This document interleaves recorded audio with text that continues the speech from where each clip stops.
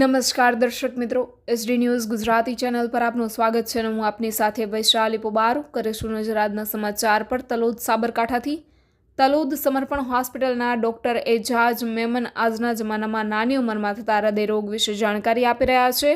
આવો આપણે તેમનું મંતવ્ય જાણીશું કે શું કહી રહ્યા છે ડોક્ટર એજાજ મેમન. વધુ સમાચારો જોવા માટે બન્યા રહો એસડી ન્યૂઝ ગુજરાતી ચેનલ પર. રિપોર્ટર દિલીપ પરમાર, તલોદ સાબરકાંઠાથી. અત્યારના ફાસ્ટ યુગમાં હાર્ટ એટેકનું પ્રમાણ એ ખૂબ જ વધી રહ્યું છે. ખાસ કરીને યુવા વર્ગમાં આનું પ્રમાણ ખૂબ જોવા મળે છે. તો આ બાબતે સમર્પણ મલ્ટી સ્પેશિયાલિટી હોસ્પિટલના નિષ્ણાત ફિઝિશિયન ડૉક્ટર એજાજ મેમન પાસેથી આપણે થોડી માહિતી મેળવશું, એમનું મંતવ્ય જાણીશું. સાહેબ, હાર્ટ એટેક વિશે આપ શું કહેવા માંગો છો? પહેલા તો હું એ કહેવા માંગીશ કે હાર્ટ એટેક એટલે શું, જે લોકોને ધ્યાન જ નથી કે હાર્ટ એટેક એટલે શું.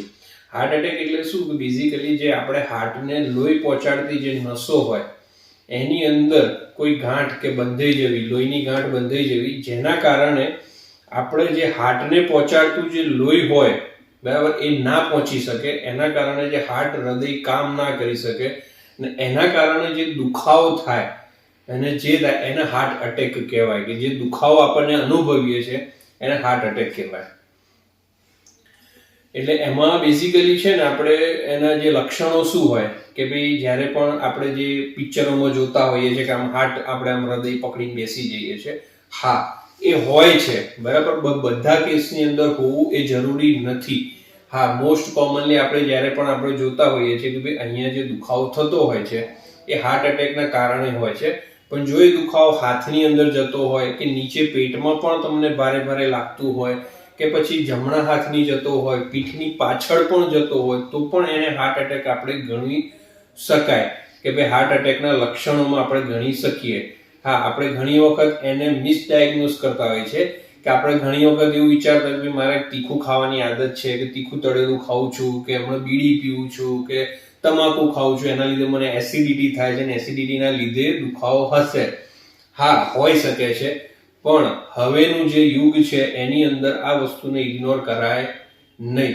એ દુખાવો બરાબર કે એસિડિટીના કારણે છે કે નહીં કે હૃદયના કારણે છે એ જાણી લેવું ખૂબ જ જરૂરી છે. યુવા વર્ગમાં હાર્ટ એટેકનું પ્રમાણ ખૂબ વધી રહ્યું છે, તો આ બાબતે થોડો પ્રકાશ પાડશો. યુવા વર્ગની અંદર અત્યારે આપણે જોતા હોઈશું કે હવે તો 9 વર્ષનો છોકરો કે 7 વર્ષના છોકરા કે પછી 10 વર્ષના, હવે કોઈ એજ લિમિટ કે એવું રહ્યું નથી. કેમ કે ગમે ત્યારે આપણે જોતા કે જમવા બેઠા હોય, રમતા રમતા ગરબાની અંદર પણ અટેક આવતા હોય છે. એનું મેઇન રીઝન જે અત્યારે આપણે જોયું છે ને કે સેડેન્ટરી લાઈફસ્ટાઈલ, એટલે કે આપણે બેઠું જીવન બરાબર. આજે આપણે જોઈશું કે યુવા વર્ગને આપણે કંઈક દૂધ લેવા કે કંઈક શાક લેવા મોકલીશું તો પણ એક્ટિવા વગર તેમના પગ ચાલતા નથી.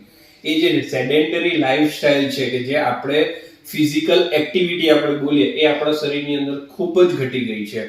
બીજું મેજર રીઝન જે કહીશું ને કે યુવા વર્ગની અંદર જે છે એ ફાસ્ટ ફૂડ, અને ફાસ્ટ ફૂડ એ પણ મોડા ખાવાની આદત જે હોય છે, ફાસ્ટ ફૂડ છે, ઠંડા ખાના પીના છે કે જે આપણે કોલ્ડ બેવરેજીસ છે, કોકો કોલા છે કે બીજા ઠંડા પીના છે કે એ બધી જે આદત છે, જે બીજા ફાસ્ટ ફૂડ છે કે દાબેલી છે, વડાપાઉં છે, બીજી ચાઇનીઝ આઈટમ છે, બહુ બધી જે આઈટમ છે એ ચલો આપણે ખાઈએ છીએ, પણ એ વસ્તુ ખાવી ના નથી. પણ વસ્તુ કેવી છે કે એની પ્રમાણ એક તો વધી ગઈ છે.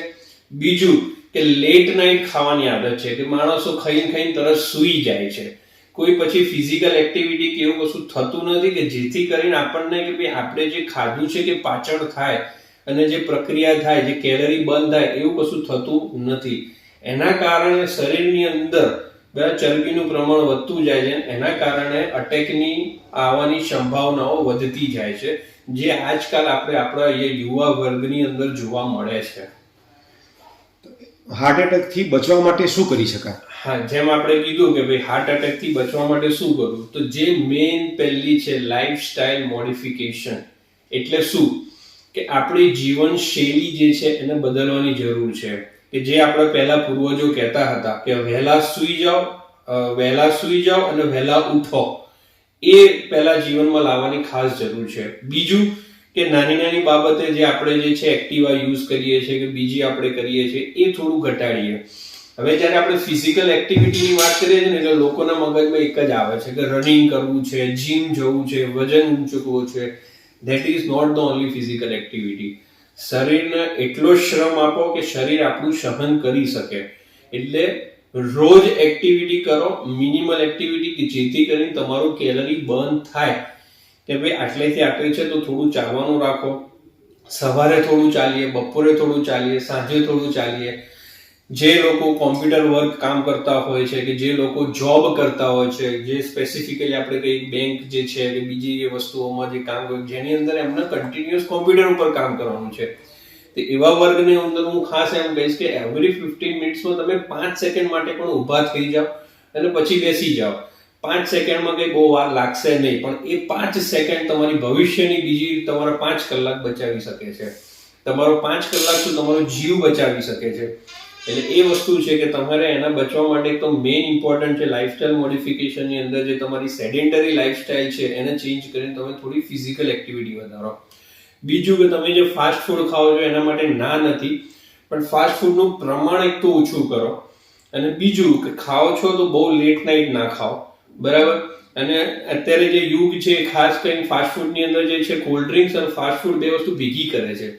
તો એ વસ્તુમાં ખાસ ધ્યાન રાખવું જોઈએ. ખાધા પછી થોડી ફિઝિકલ એક્ટિવિટી થવી જોઈએ. ફિઝિકલ એક્ટિવિટી થશે તો શરીરની અંદર પાચન થશે, તો એ વસ્તુ આપણને નુકસાન નહીં કરે, ઉપરથી થોડી ઘણી કદાચ હેલ્પ કરીને પણ જઈ શકે. એ વસ્તુ છે. હૃદય રોગના લક્ષણો જણાય તો શું કરવું જોઈએ? જો હૃદય રોગના લક્ષણોની અંદર આપણે જેમ પહેલા જ વાત કરી